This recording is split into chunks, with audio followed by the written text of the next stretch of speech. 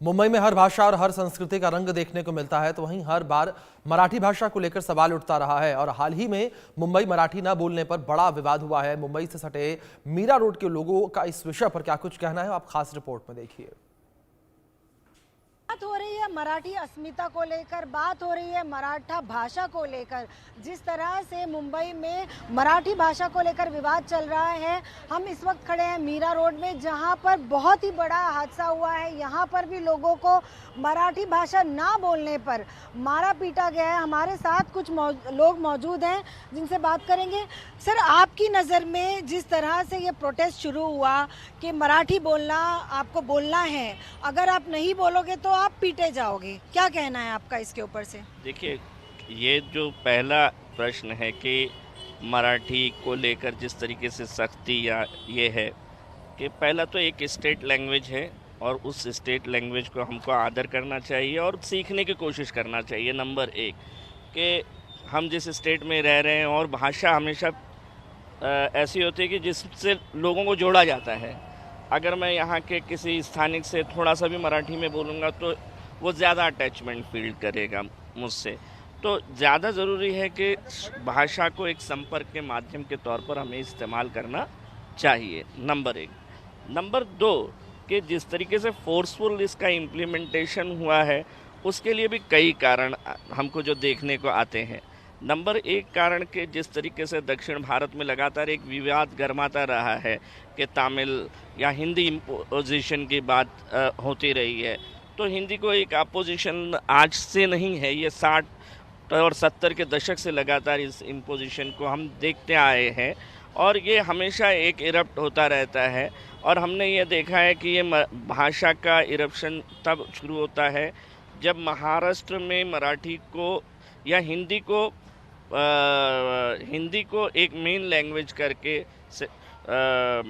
कहें कि मुख्य लैंग्वेज कर डालने की कोशिश की जाती है और उसका एक प्रतिक्रिया के अंदर हम बोलेंगे, क्या बोल सकते हैं कि ये एक प्रतिक्रिया है जो यहाँ के स्थानिक लोगों के ज़रिए, और दूसरा एक पॉलिटिकल मोटिव भी है इसके पीछे कि लोग अपना एक ग्राउंड बनाना चाहते हैं।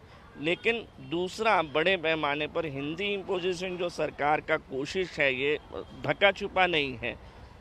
ये संपर्क की भाषा हम बोलेंगे, हिंदी एक संपर्क की भाषा है। बॉलीवुड के आने के बाद बहुत सारे पूरे देश के अंदर हिंदी एक बड़ा सा जो है संपर्क की भाषा के तौर पर उभरी है। लोग जो है चाहे कश्मीर से कन्याकुमारी या गुजरात से आसाम, लोग हिंदी के अंदर थोड़ा बहुत जो है कम्युनिकेट कर लेते हैं। इसी तरीके से इंग्लिश भी जो है वो भारत के अंदर और अंतर्राष्ट्रीय तौर पर हम देखते हैं कि वो एक संपर्क की भाषा है और तेज़ी से उभरी है पूरे। अगर मैं कहूँगा कि यहाँ पर आप मराठी स्कूलों को जाकर देख लीजिए, हिंदी स्कूलों को देख लीजिए, उर्दू भाषी की स्कूलें जो चला करती थी वो सारी आज बंद के कगार पर है, उसकी जगह इंग्लिश ने ले लिया है। तो ये एक समझने की बात है कि बिजनेस लैंग्वेज कौन सी हो सकती है। तो यहाँ पर हम मराठी भाषा को लेकर जो फोर्स आया, यानी जिस तरीके से ये नहीं होना चाहिए, नंबर एक कि जिस तरीके से इसको यानी मारेंगे वाला कल्चर हर जगह ही गलत है। अगर नहीं मारेंगे तो अपनी जो लैंग्वेज है उसको फिर कैसे इम्पोज किया जाए? आपकी नज़र में उसका क्या प्रावधान है? मैंने बताया ना कि लैंग्वेज एक संपर्क की भाषा है और संपर्क की भाषा के तौर पर आप मराठी सीखने के कितने अच्छे जरिए हो सकते हैं, जरिए क्या क्या हो सकते हैं जिससे लोग मराठी की तरफ अट्रैक्ट हों, हाँ, मराठी की तरफ या मराठी सीखने को शुरू करें। आप इम्पोजिशन के अंदर जाएंगे। अब जैसे मैंने देखा है कि कई सारे लोग जो है विदेश जाते हैं, विदेश में उनकी भाषा चाहे अरबिक या इंग्लिश उतनी फ्लुएंसी ना हो, लेकिन कुछ दिनों के बाद वो वहाँ सीखना शुरू कर देते हैं और वो बातचीत के अंदर लेकर आते हैं। इसी तरीके से मराठी को भी यहाँ के स्टेट लैंग्वेज जिसको बोलेंगे, आप प्यार तो करते हैं मराठी से, आप मराठी की बात तो करते हैं, लेकिन मराठी शाला को पिछली सरकार ने, यानी ये जो सरकार है उस सरकार ने बड़े पैमाने पर बंद किया। तो ये क्या मराठी लैंग्वेज से प्यार है क्या? मराठी लैंग्वेज निकलना और मराठी भाषा में बात करना ये इसी समय में क्यों, आपके हिसाब से ये पहले भी हो सकता था या आगे आने वाले समय में भी हो सकता था? तो अभी ये जो मुद्दा गरमाया है इसके ऊपर से क्या कहेंगे आप? देखिए, ये जो है एक मुझे तो एक पॉलिटिकल मुद्दा लगता है। देखिए, जिसकी ज़मीन खसक गई है, लोग ज़मीन तलाश करने की कोशिश कर रहे हैं। दूसरा, अगर काम ही करना था, आपको मराठी भाषी के लिए काम करना था, तो इनके स्कूल कॉलेज बंद नहीं करने चाहिए थे। आज जो तेज़ी से बंद हुए स्कूल, मराठी भाषी जो स्कूल बंद हुए हैं, तो उसके ऊपर मेहनत करनी चाहिए थी, ना कि जो है वो लोगों को मार करके ज़बरदस्ती। तुम उसको एक साँचे में डालना चाहिए था तुमने, उसके ऊपर मेहनत करनी चाहिए थी कि भाई हमारे मराठी स्कूल बंद नहीं होने चाहिए करके। उसके ऊपर अच्छे टीचर्स, उनको जो है वो अच्छी फैसिलिटीज़ देनी चाहिए थी, सारी चीज़ें, और उनको बताना चाहिए था कि भाई जो है वो ये लैंग्वेज, मराठी लैंग्वेज बुरी नहीं है, मराठी लैंग्वेज बहुत खूबसूरत है। आप बात करो, देखो हम तो महाराष्ट्र के लोग हैं, हमारी तो, हम हिंदी भी बोलते हैं तो हमारी टोन में जो है वो आयरनी होती है, मराठी लगती है, टच मालूम पड़ता है करके।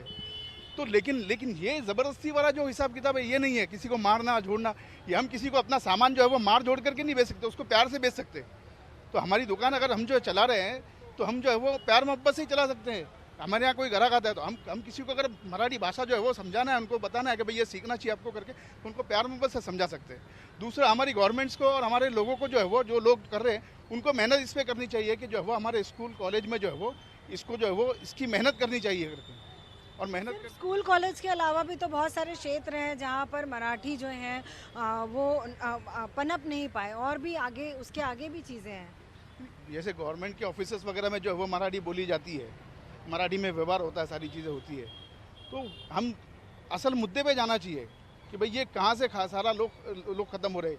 आप पूरा बॉम्बे देख लो तुम, बॉम्बे से पूरे लोग जो है वो मराठी लोग जो है वो फ्लाइन करके जो है वो आगे की तरफ चले जा रहे हैं सब।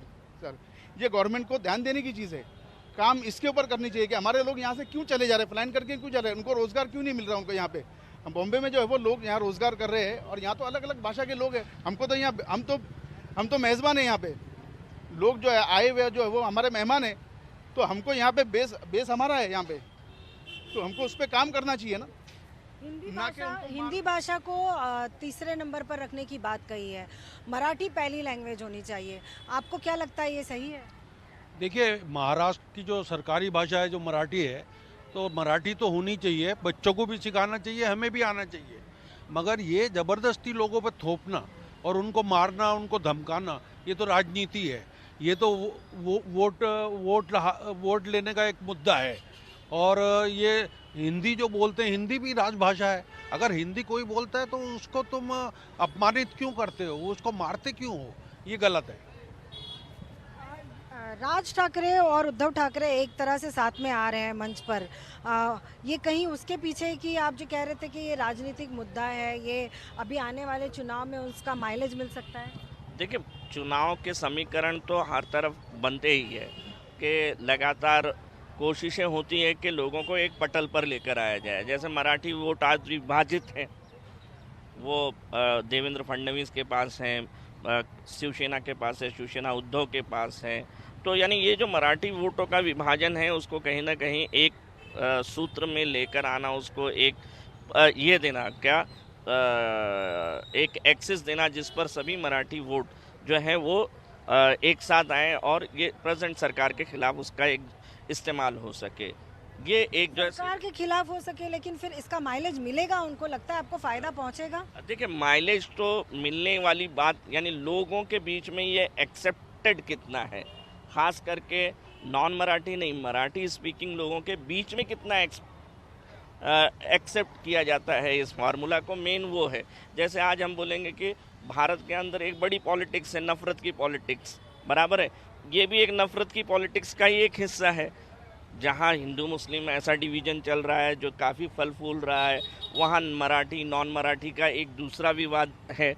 तो इस तरीके का जो तमाम चीज़ें देखने को हमको आ रही है कि ये समीकरण है, लेकिन लैंग्वेज को इससे कोई बड़ा फ़ायदा होने के जिसको बोलेंगे, उसके लिए आपको लैंग्वेज को प्रोत्साहित करना पड़ेगा और उसको आगे बढ़ाना पड़ेगा।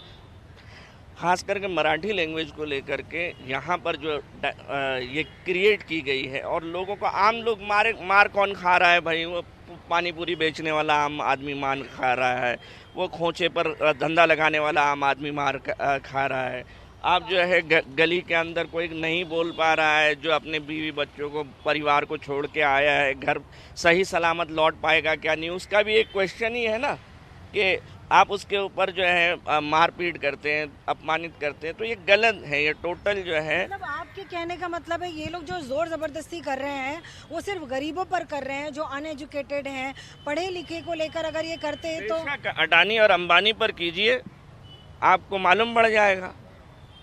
यानी इस देश का बड़ा तबका, जो अमीर तबका है, उसके ऊपर तो कोई मराठी इम्पोजिशन नहीं चलता है। तो हमें देखने को मिलता है मार कौन खा रहा है, जो संपर्क में है, आम लोग हैं।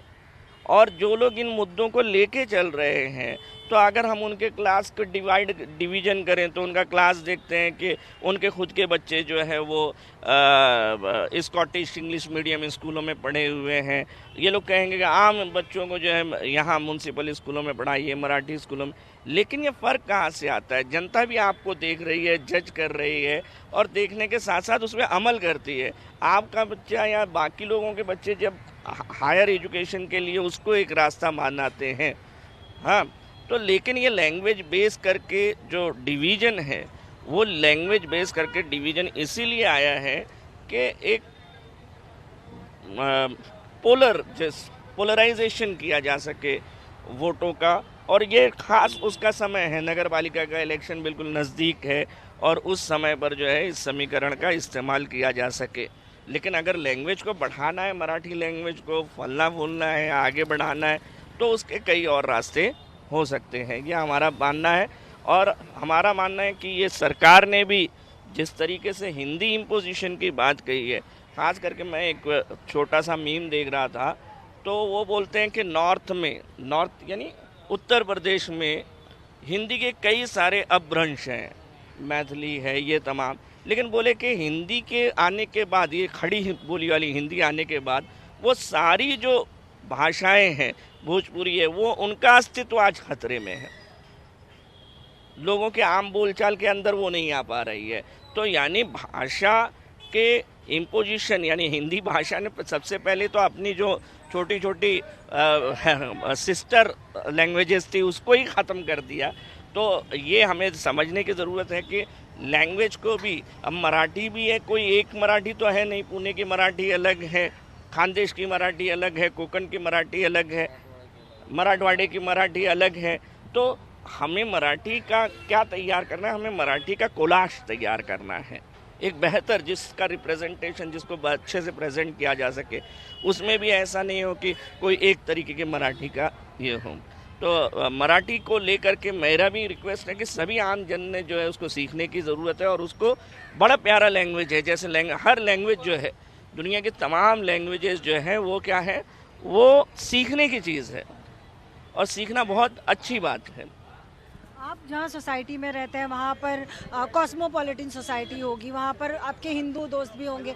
क्या कभी आपने ये फेस किया है कि आपको मराठी नहीं आती, आप हमसे मिलजुल नहीं सकते? ये सारी जो आपस में जो चीज़ें होती है वो कैसी होती है? जी नहीं, ये तो मतलब मैं तो जो है वो पैदा ही मराठियों के बीच में हुआ हूँ। मेरे सारे बचपन के सारे दोस्त जो है वो मराठी थे। हम खेल कर कूद के सब साथ में बड़े हुए, लेकिन कभी ये प्रॉब्लम आई नहीं।